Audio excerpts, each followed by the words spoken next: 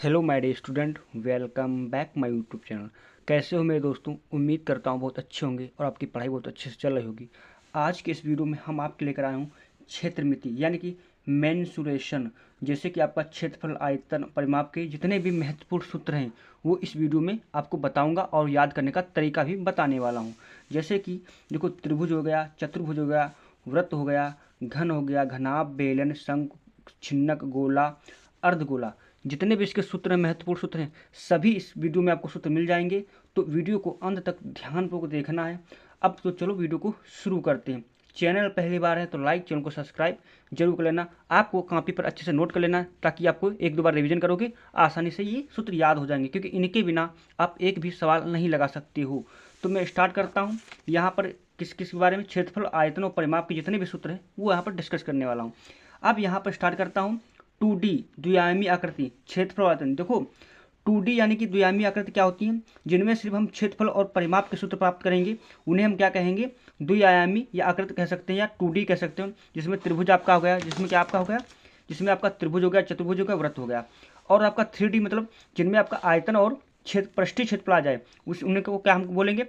3D। जैसे कि घन, घनाभ, बेलन, शंख, छिन्नक, गोला, अर्धगोला, ये हमारे क्या हो जाते हैं? 3D हो जाते हैं। अब तो चलो शुरू करता हूँ। अब पहला आप सामने आ गया है त्रिभुज। अब त्रिभुज के जो सूत्र, जितने भी महत्वपूर्ण सूत्र होंगे वो इस वीडियो में मिल जाएंगे। आपको कॉपी पर सीधे आपको नोट करना है और याद कर लेना है। क्या है त्रिभुज का? देखो, किसी त्रिभुज की भुजाएं h हो तथा आधार b हो तो हम क्या करेंगे? तो उसका क्षेत्रफल क्या होगा? त्रिभुज का क्षेत्रफल क्या होगा? 1/2 बी गुणे एच, यानी कि वृत्त गुणे ऊंचाई, मतलब आधार गुणे ऊंचाई हो जाएगा। अब इसी का परिमाप का सूत्र क्या होगा? परिमाप, त्रिभुज का परिमाप बराबर सभी भुजाओं का योग। क्या होगा? सभी भुजाओं का योग। तो ये आपके त्रिभुज के दो सूत्र हो गए।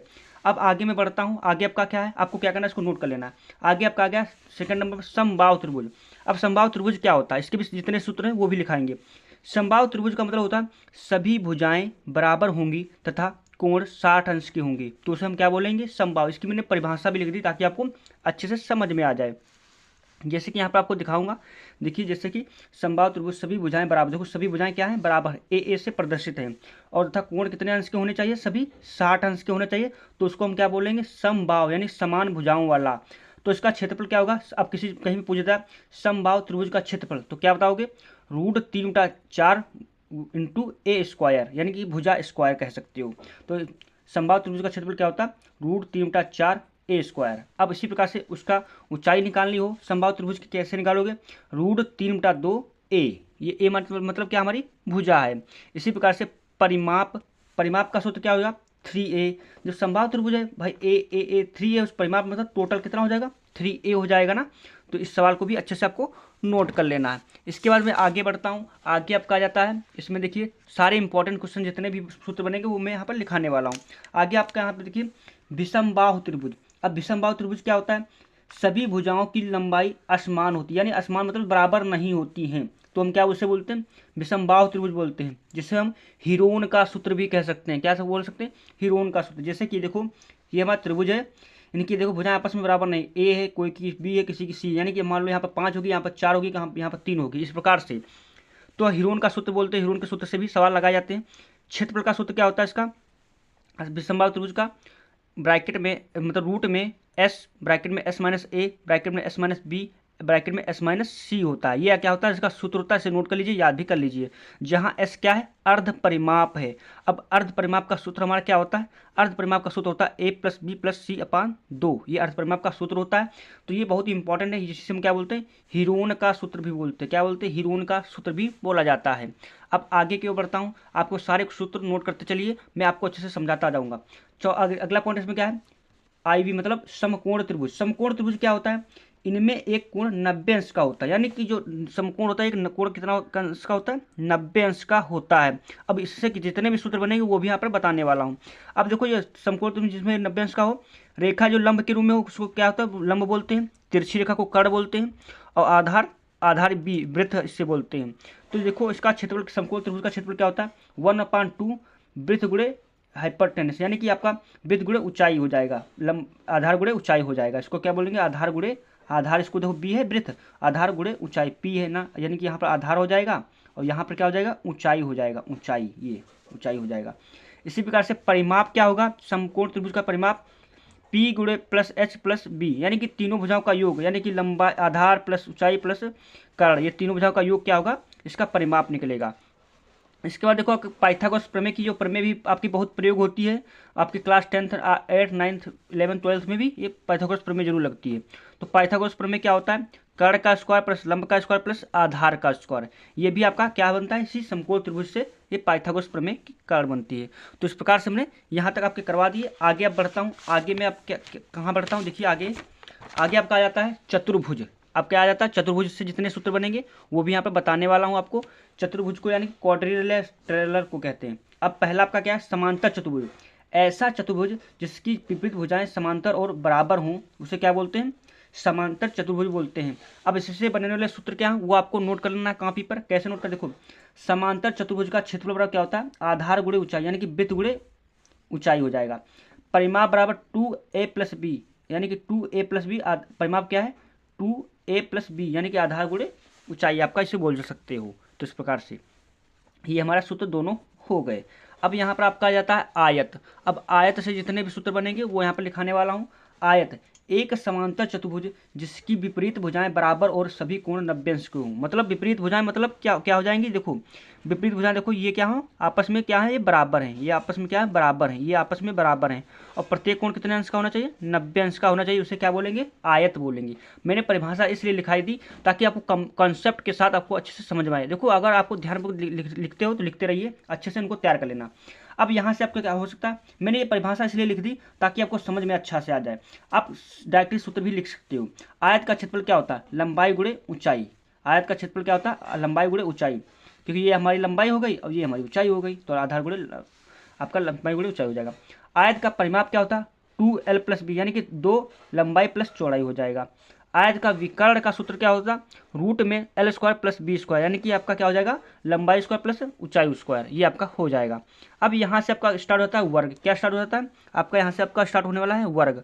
तो वर्ग क्या है, एक समांतर चतुर्भुज जिसकी भुजाएं बराबर तथा सभी कोण कितने अंश के होने चाहिए, 90 अंश का, उसे हम क्या बोलेंगे, वर्ग बोलेंगे। वर्ग किसे बोलते हैं, प्रत्येक भुजा क्या हो, बराबर होनी चाहिए। ए देखो 4 भुजाएं हैं एक ही जैसी, और सभी कोण कितने, 90 अंश का होना चाहिए।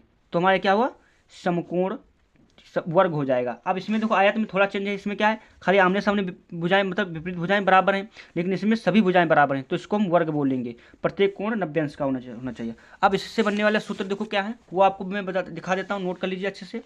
इससे बनने वाला सूत्र देखिए, वर्ग का क्षेत्रफल। वर्ग का क्षेत्रफल क्या होता है, भुजा स्क्वायर।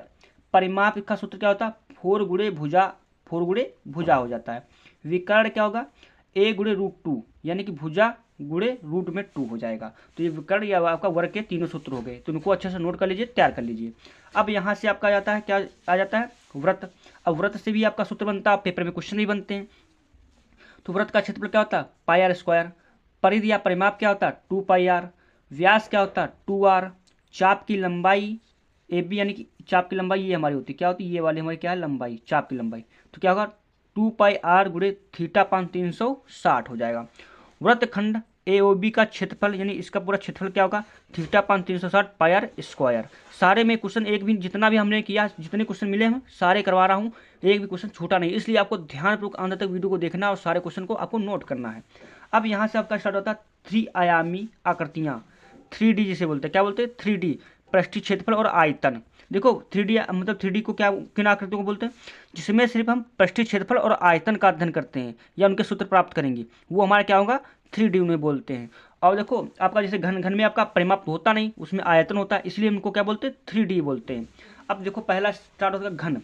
घन में क्या होता है, देखो सारी भुजाएं क्या है, समान होती हैं। सारी भुजाएं क्या होती है, समान होती हैं घन में, ये इस प्रकार से घन है। अब घन का आयतन आपसे पूछे तो क्या होगा, a³ यानी भुजा स्क्वायर हो, क्योंकि भुजा सारी बराबर होती है, ये भी बराबर, ये भी बराबर, आपकी सभी भुजाएं बराबर ही होती हैं। कुल पृष्ठीय क्षेत्रफल पूछ दे तो 6a स्क्वायर। 6a स्क्वायर मतलब 6 भुजाएं हो जाएंगी। देखो कैसे, एक हमारी ये हो गई, एक ये हो गई, एक नीचे की हो गई, एक ऊपर की हो गई, और एक दाएं और बाएं, दोनों 4 भुजाएं, मतलब टोटल 6 हो गई। तो कुल पृष्ठीय क्षेत्रफल 6 गुणे a स्क्वायर। विकर्ण अगर निकालना है इसका घन का, कैसे निकालोगे, a√3 हो जाएगा, a√3। तो इस प्रकार से हमारा क्या ये हो गया। अब मैं आगे और बढ़ता हूँ, आगे हमारे कौन से सूत्र आ जाते हैं, आगे की ओर सूत्र देख लेता हूँ। आगे हमारा सूत्र आ गया है इसमें, अब हमारा आ गया घनाभ। कौन सा आ गया इसमें, घनाभ, अब घनाभ के सारे सूत्र लिख लेता हूँ। एक घनाभ का, अब घनाभ के आपको सूत्र नोट करना है। एक आयताकार ठोस घनाभ कहलाता है, मतलब आयताकार हो, वो मतलब पूरा गोल था थोड़ा भाई, घन था, इस प्रकार से था, और लेकिन ये इसकी थोड़ा लंबाई और चौड़ाई भिन्न भिन्न है, अलग अलग है। तो उसमें क्या था, घन में क्या था, सारी भुजाएं बराबर थी, और इसमें क्या है, अलग अलग भुजाएं, किसी में 5 हो सकती है, किसी में 10, कुछ 12, इस प्रकार से हो सकती है। अब देखो, अब घनाभ का आयतन क्या सूत्र होगा, L गुणे बी गुणे एच, यानी कि लंबाई गुणे चौड़ाई गुणे ऊंचाई।